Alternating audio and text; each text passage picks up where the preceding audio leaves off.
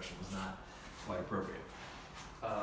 So Philip the other day was asking about stuff to help out with his lower back, and wanted to give you guys some stretches to address that. Also, I know some of you are going to be traveling and doing a lot of driving, so there's a dual benefit here of working through some of the hip structure.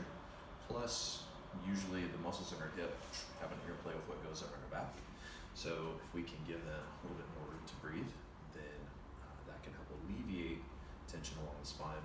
Also, in movement, if your hips aren't able to do what you're asking them to do, then you're usually going to try and take some motion from the next joint down or up. In this case, up would be in the lumbar spine. So that can also be a reason why that area starts to feel like it's doing more than you want it to, or kind of stiff. So starting off, just to get the spine moving, we worked on this morning. Some cat camels are some of my favorite right now. So you want your knees just behind your hips, hands a little bit past the shoulders. If you can, think about taking your knees, like I'm on a yoga mat right now, and I'm gonna try and stretch the yoga mat apart with my knees, so I create some outside tension in my hip. And so now that I've done that, I'm in a really great position to move the spine.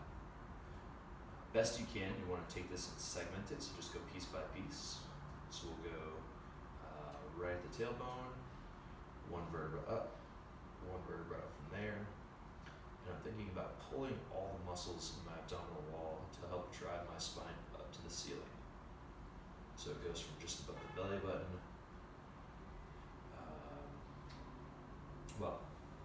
tighten up at the belly button, tighten up at the rib cage, round through the chest so that it affects my shoulder blades, and finally arch through the neck. Once I have my spine fully arched up, I take it piece by piece down towards the floor, ending with the neck extended. And just kind of wave from tailbone up to the crown of my head.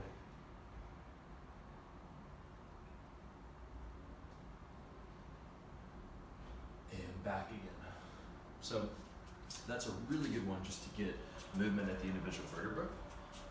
As weird as this might sound, and don't ask me how I figured it out because it's a story that's not for today. If you have your legs long and like your hands elevated on like a couch or on your bed, and kind of like in a bent over posture like this, it's almost easier to control, I found, than in that kneeling position. So if you're having trouble getting it, try it with your legs long and your hands up, and kind of like a bent over angle, and see if that helps out. So that allows us to get the spine moving individually. From there, once you've loosened it up, taking something like a pull forward, where I'm moving at the hips and I have a long spine.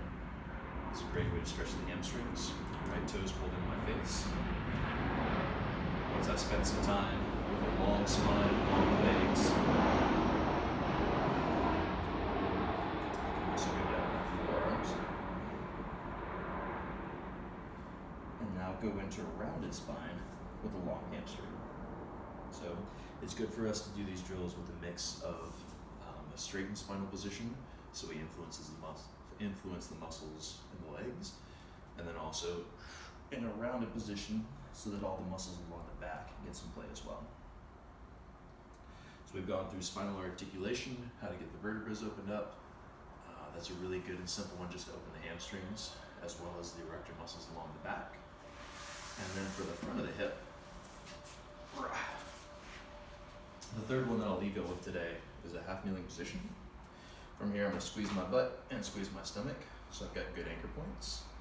And you don't need to like lean into this like Christopher Columbus or anything, but you can just get straight up and down, and by tightening, you should start to feel the stretch through the front of the hip and the quad. Once we have this anchor position and that's on stretch, we can also get some movement through the upper back as well to complement this. So while I'm spending time staying tight here, I can take some time reaching up and across, going down and up,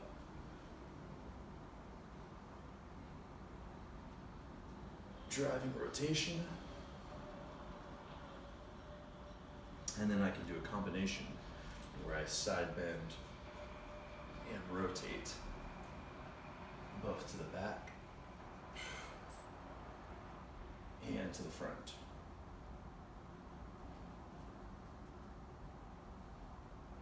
So y'all play around with those. Again, how long you spend in each one is just dependent on you.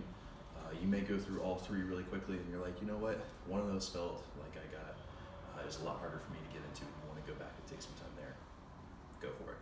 Just want to give you guys these as something to try out and pepper in. Generally to affect change in the tissue, you're going to want something from like 90 seconds to 2 minutes in a position. It doesn't have to be like a stretch that's making you cry. You can just go into it enough where you feel the stretch. You don't necessarily have to go so deep that you're like, this is the worst thing ever. Just find the stretch and hold it for a bit and see how that goes. So that's all for today. If you have questions, I'll throw some more out tomorrow or soon. I don't know, just remind me in case I forget. It tends to happen. Y'all have a good afternoon.